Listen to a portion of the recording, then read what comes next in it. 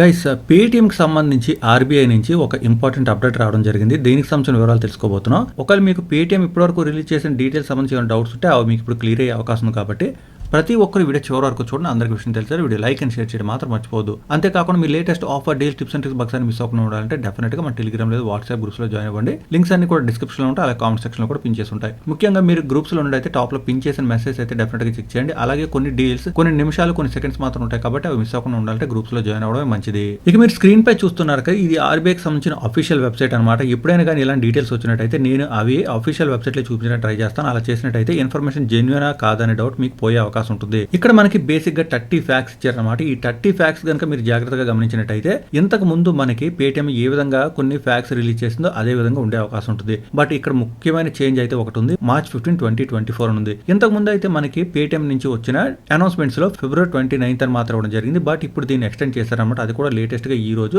16th మార్చిన. So date అయితే కొంచెం ఎక్స్టెండ్ అయింది. మ్యాక్సిమం ఇంతకు ముందు రూల్స్ ఏ విధంగానో అదే విధంగా ఉండే అవకాశం ఉంటుంది. బట్ ఇది ఆర్బీఐ నుంచి వచ్చింది కాబట్టి మరికొంతమంది క్లారిఫికేషన్ వచ్చే అవకాశం ఉంది. అలాగే కొంచెం నమ్మకం కూడా కుదిరే అవకాశం ఉంది. ఇక్కడ మనకి కొన్ని సెక్షన్ వైజ్ గా డీటెయిల్స్ అన్ని ప్రొవైడ్ చేశారనమాట. ముఖ్యంగా అయితే ఫస్ట్ లో పేటీఎం పేమెంట్స్ బ్యాంక్ అకౌంట్ కి సంబంధించి కొన్ని పాయింట్స్ ఇచ్చారు. ఇవి కనుక మీరు తెలుసుకున్నట్టయితే మీకు పేటీఎం పేమెంట్స్ బ్యాంక్ అకౌంట్ కి సంబంధించిన డౌట్స్ అన్ని క్లారిఫై అవుతాయి. ఇదే విధంగా మొత్తం 30 ఉన్నాయి. కొన్ని సెక్షన్ రూపంలో విడగొట్టి ఆ డీటెయిల్స్ అన్ని కూడా ప్రొవైడ్ చేశారనమాట. ఫస్ట్ క్వశ్చన్ వచ్చేసరికి March 15 తర్వాత కూడా మన అకౌంట్ నుంచి మనీ విత్డ్రా చేసుకోవచ్చా, అలాగే డెబిట్ కార్డు యూజ్ చేసుకోవచ్చు అని అడగడం జరిగింది. ఇంతకుముందు చెప్పినట్టు మనకి March 15 తర్వాత కూడా మీ అకౌంట్ లో బ్యాలెన్స్ ఉన్నట్టయితే అది విత్డ్రా చేసుకోవడానికి అవుతుంది. అంతేకాకుండా మీకు విత్డ్రా చేసుకునే ఆప్షన్ ఉంది కాబట్టి డెబిట్ కార్డు కూడా ఉపయోగించి విత్డ్రా చేసుకునే అవకాశం ఉంటుంది. అంటే మీరు ఎక్కడైనా డెబిట్ కార్డు ఉపయోగించి పేమెంట్స్ లేదా విత్డ్రా చేసుకునే అవకాశం అయితే ఉంటుంది. ఈవెన్ March 15 తర్వాత కూడా, అంటే మీ డెబిట్ కార్డు ఆపరేషనల్ గానే ఉంటుంది. ఇక March 15 తర్వాత మనం ఏమైనా డిపాజిట్ చేయొచ్చు అంటే దాన్ని క్లియర్ గా మెన్షన్ చేశారు, నో అని. ఇంతకుముందే మన పేటీఎం క్లారిఫికేషన్ ఇచ్చింది. ఆర్బీఐ ఇచ్చిన డేట్ తర్వాత అయితే మాత్రం ఆ పర్టికులర్ అకౌంట్స్ లో అంటే పేటీఎం పేమెంట్స్ బ్యాంక్ అకౌంట్ లో మనం ఎలాంటి క్రెడిట్ లేదా డిపాజిట్స్ అయితే చేయలేము.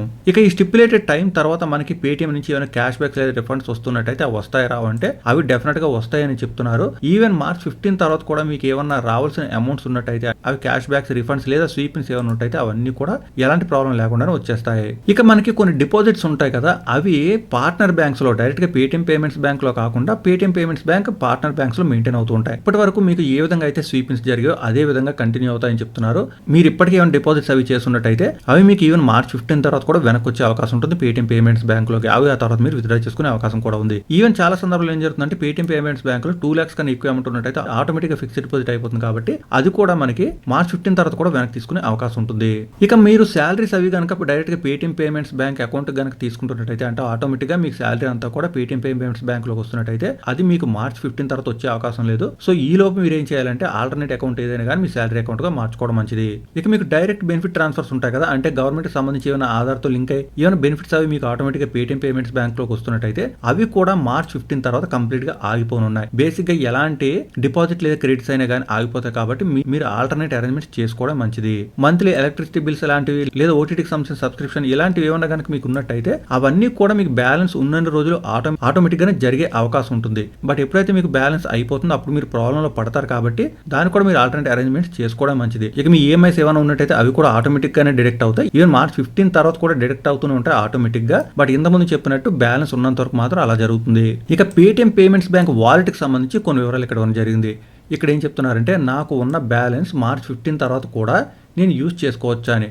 సేమ్ పేటీఎం పేమెంట్స్ బ్యాంక్ లాగే ఉన్న బ్యాలెన్స్ అయితే మాత్రం ఎలాంటి ప్రాబ్లం లేకుండా ఎప్పటిలాగా మీరు ఉపయోగించుకోవచ్చు. మీరు ఎక్కడ పేమెంట్స్ అవి కూడా చేసుకోవచ్చు, ట్రాన్స్ఫర్స్ అవి కూడా చేసుకోవచ్చు. బట్ మీది మినిమం కేవైసీ వాలెట్ అయితే మాత్రం మీరు దాన్ని జస్ట్ మర్చెంట్ పేమెంట్స్ కోసం మాత్రం ఉపయోగించుకోగలరు. ఇక March 15 తర్వాత మీరు టాప్అప్ లేదా మీ వాలెట్ లోకి ఏమైనా మనీ రిసీవ్ చేసుకోవాలనుకుంటే మాత్రం అది జరిగే పని కాదు. Same Paytm payments bank account లాగే అందులో ఉన్న బ్యాలెన్స్ ఉపయోగించుకోగలరు తప్ప మీరు రిసీవ్ అయితే చేసుకోలేరు. ఈవెన్ పేటీఎం పేమెంట్స్ బ్యాంక్ కి సంబంధించిన వాలెట్ లో కూడా.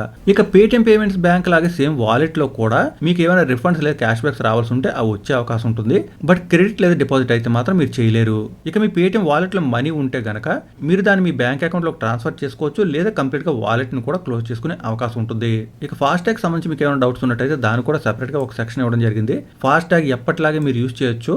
బట్ ఇంతకుముందు మనం చూసిన 2 సెక్షన్లో లాగే సేమ్ March 15 తర్వాత మీరు ఫాస్ట్ ట్యాగ్ లో టాప్అప్ అది చేయలేరు కాబట్టి పేటీఎం సంబంధించిన ఫాస్ట్ ట్యాగ్ లో మీరు ఉన్న బ్యాలెన్స్ అంతా ఉపయోగించుకోగలరు తప్ప March 15 తర్వాత టాప్అప్ లేదా క్రెడిట్ అయితే చేయలేరు అందులోకి మనీ. ఇక చాలా మంది అడుగుతున్న డౌట్ ఏంటంటే పేటీఎం ఫాస్ట్ ట్యాగ్ ఉంది కదా, ఈ ఫాస్ట్ ట్యాగ్ లో ఉన్న మనీని వేరే బ్యాంక్ సంబంధించిన లేదా వేరే ఫాస్ట్ ట్యాగ్ లోకి ట్రాన్స్ఫర్ చేసుకోవచ్చు అని. అలా అయితే మీరు చేయలేరు. ఫాస్ట్ ట్యాగ్ సంబంధించిన బ్యాలెన్స్ మీరు ఒకదాని నుంచి మరొక దానికి ఫాస్ట్ ట్యాగ్ అయితే ట్రాన్స్ఫర్ చేయలేరు. బట్ మీ పేటీఎంకి సంబంధించిన ఫాస్టాగ్ని మీరు క్లోజ్ చేసుకొని అందులోని బ్యాలెన్స్ని మీ పేటీఎం పేమెంట్స్ బ్యాంకులోకి రిఫండ్గా అయితే మాత్రం పొందొచ్చు. ఇక నేషనల్ కామన్ మొబిలిటీ కార్డు ఉంటుంది కదా, ఇలాంటివి ఏమైనా మీరు యూజ్ చేస్తున్నట్టయితే అవి కూడా సేమ్ మీరు ఈవెన్ మార్చ్ 15 తర్వాత కూడా అందులో బ్యాలెన్స్ ఉంటే ఉపయోగించుకునే అవకాశం ఉంటుంది. ఇక్కడ కూడా సేమ్ మీరు ఆ బ్యాంకులోకి ఎలాంటి టాప్అప్ లేదా రీఛార్జ్ అయితే మాత్రం చేసుకునే అవకాశం ఉండదు. సో మీరు వేరే దగ్గర నుంచి ఎన్సీఎంసీ తీసుకోవడం మంచిదని చెప్తున్నారు ఇక్కడ కూడా. ఇక మీ దగ్గర ఆల్రెడీ పేటీఎంకి సంబంధించిన ఎన్సీఎంసీ ఉన్నట్టయితే అందులో ఉన్న బ్యాలెన్స్ని మీరు వేరే కార్డులోకి అయితే ట్రాన్స్ఫర్ చేసుకోలేరు. మీరు కావాలనుకుంటే ఆ కార్డుని క్యాన్సిల్ లేదా క్లోజ్ చేసుకొని అందులో ఉన్న బ్యాలెన్స్ని పేటీఎం పేమెంట్స్ బ్యాంకులోకి రిఫండ్గా అయితే మాత్రం పొందొచ్చు. ఇక మర్చెంట్స్ చాలా మంది పేటీఎంకి సంబంధించిన క్యూఆర్ కోడ్స్ ఉపయోగిస్తుంటారు కాబట్టి దానికి సంబంధించిన ఇంపార్టెంట్ ఇన్ఫర్మేషన్ ఇవ్వడం జరిగింది.